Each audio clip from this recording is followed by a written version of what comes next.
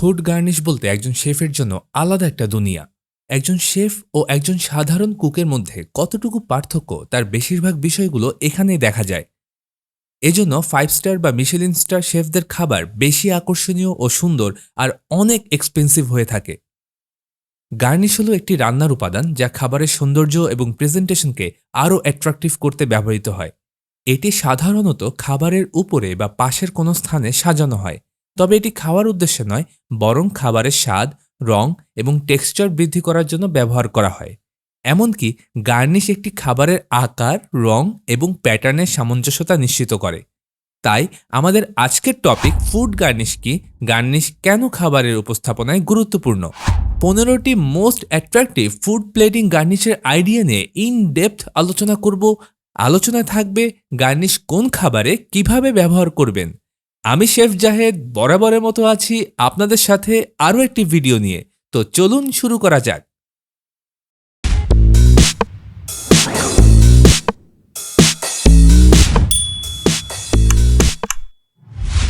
Garnish কেন খাবারের উপস্থাপনায় গুরুত্বপূর্ণ। প্রথমে, গার্নিশ খাবারের সৌন্দর্য বাড়াতে সাহায্য করে। খাবার যত সুন্দরভাবে পরিবেশন করা হবে, ততই তা দেখতে আকর্ষণীয় মনে হবে। খাবারের উজ্জ্বলতা, আকার এবং রঙের সামঞ্জস্যতা গার্নিশের মাধ্যমেই পরিপূর্ণ হয়।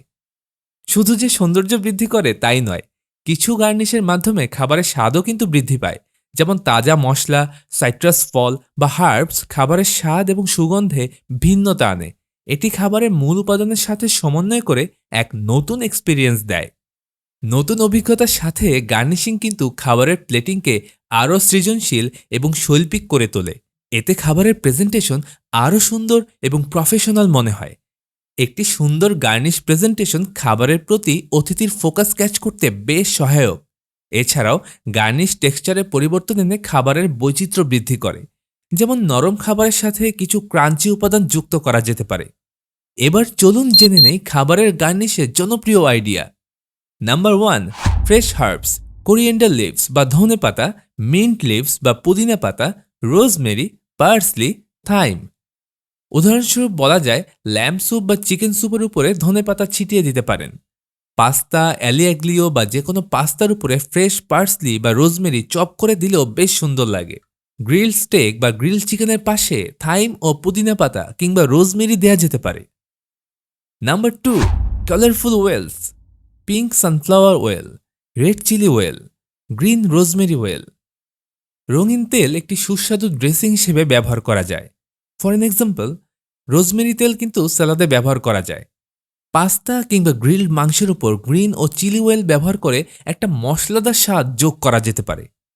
স্যামন বা গ্রিল ফিশে সানফ্লাওয়ার ওয়েল ঢেলে দিতে পারেন। নাম্বার 3, এডিবল ফ্লাওয়ার্স, পেটুনিয়া, গোলাপ, ক্যামোমিল। তাজা গ্রিন সালাদ বা ফ্রুট সালাদের উপর ফুল ছড়িয়ে দেওয়া যেতে পারে। ক্রিম ব্রুলে বা চকলেট মুজের উপর গোলাপের পাপড়ি ছিটিয়ে দিলে খাবারটা দেখতে যেমন সুন্দর লাগে, হয়ে যায় আরও বেশি প্রেজেন্টেবল। তাজা ফুল দিয়ে বেরি স্মুদি গার্নিশ করা যায়। সাধারণত মিশেলিন স্টার শেফরা বেশি এডিবল ফ্লাওয়ার ব্যবহার করেন তাদের খাবারে। Number 4, microgreens, red radish microgreens, basil microgreens, sunflower microgreens. Microgreens ব্যবহার করতে পারেন শাকসবজি বা ফ্রুট সালাদে। পাস্তা বা পিৎজার উপরে মাইক্রোগ্রিনস ছড়িয়ে দিলে তা খাবারের সৌন্দর্য এবং পুষ্টি বহুগুণে বাড়িয়ে দেয়। হালকা টমেটো বা মাশরুম স্যুপে মাইক্রোগ্রিনস ব্যবহার করুন। ফিশ বা সিফুডে সুন্দর প্লেটিংয়ের জন্য বেশি ব্যবহার করা যায়, সারা বিশ্বে এটা খুব বেশি চলে। নাম্বার 5, সাইট্রাস স্লাইস, লেমন বা লেবু, অরেঞ্জ বা কমলা। স্যামন ফিলেট বা গ্রিলড লবস্টার, যে কোনো ফিশ ডিশের সাথে লেবু স্লাইস দিতে পারেন। ফ্রুট সালাদ বা মাছের সালাদে কমলা স্লাইস ব্যবহার করতে পারেন।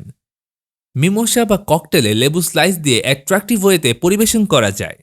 Number 6, crunchy elements, crispy rice বা ভাজা চাল, ফ্রাইড পিস বা ভাজা মটরশুঁটি এবং ক্রুটনস। টমেটো স্যুপ বা মাশরুম স্যুপের উপরে ক্রুটন বা ভাজা চাল দেওয়া যেতে পারে। ক্যালিফোর্নিয়া সালাদ বা সিজার সালাদে ভাজা মটরশুঁটি বেশ মানিয়ে যায়। শেফস নুডলস বা মি স্যুপের উপরে ভাজা চাল বা ক্রুটন বেশ suitable. Number 7, caviar, black caviar, red caviar. Smoked salmon বা স্টার্টার ফিশ কেকের উপর ক্যাভিয়ার দেওয়া যেতে পারে। অমলেট বা ক্রিমযুক্ত ডিমে ক্যাভিয়ার দিয়ে সাজানো যায়। ফিশ স্যুপ বা ক্লাম স্যুপের সাথে ক্যাভিয়ার দিয়ে গার্নিশ করা খুবই জনপ্রিয় একটি আইডিয়া। এটা একটি অনেক দামি গার্নিশের তালিকায় পড়ে যা দামি খাবারে বেশি ব্যবহার হয়। নাম্বার 8, চিজ শেভিংস বা শ্রেডেড চিজ, যেমন পারমিজান, চেডার। কাভানারা পাস্তা বা পাস্তা পেস্টোর উপরে পারমিজান চিজ শেভিংস বা ছিটিয়ে দেওয়া যেতে পারে। গ্রিক সালাদ বা ফ্রেশ গ্রিন সালাদে চিজ শেভিংস যোগ করা যায়। চিজ রিসোটো বা মাশরুম রিসোটোতে পারমিজান চিজ শেভিংস করে দেওয়া হয়। Number 9, drizzle sauce.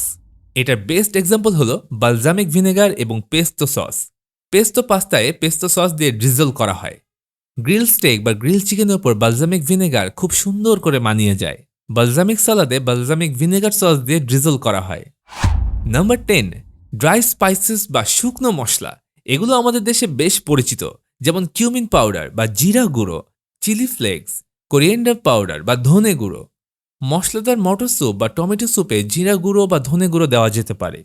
পাস্তার মধ্যে স্প্যাগেটি বোলোকনেসে চিলি ফ্লেক্স দিয়ে গার্নিশ করা যায়।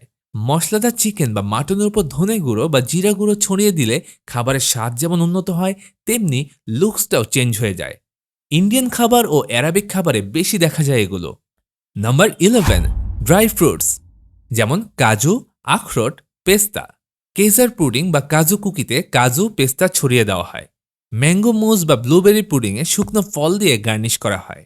কেজার সালাদ বা ফ্রুট সালাদে আখরোট বা পেস্তা খুব জনপ্রিয় একটা গার্নিশিং আইডিয়া। আবার বিরিয়ানি বা রাইস ডিশের উপর দেওয়া হয় এগুলো, যেটা দুবাই, কাতার এবং সৌদির বেশ পুরনো কালচার। নাম্বার 12, ফ্রেশ ফ্রুট, যেমন স্ট্রবেরি, ব্লুবেরি, গ্রেপস বা আঙ্গুর। ক্রিম ব্রুলে বা কাস্টার্ডের সাথে স্ট্রবেরি বা ব্লুবেরি ব্যবহার করা যেতে পারে। ফলের সালাদে আঙ্গুর বা স্ট্রবেরি যোগ করতে পারেন, তাহলে স্বাদ আরও উন্নত হয়।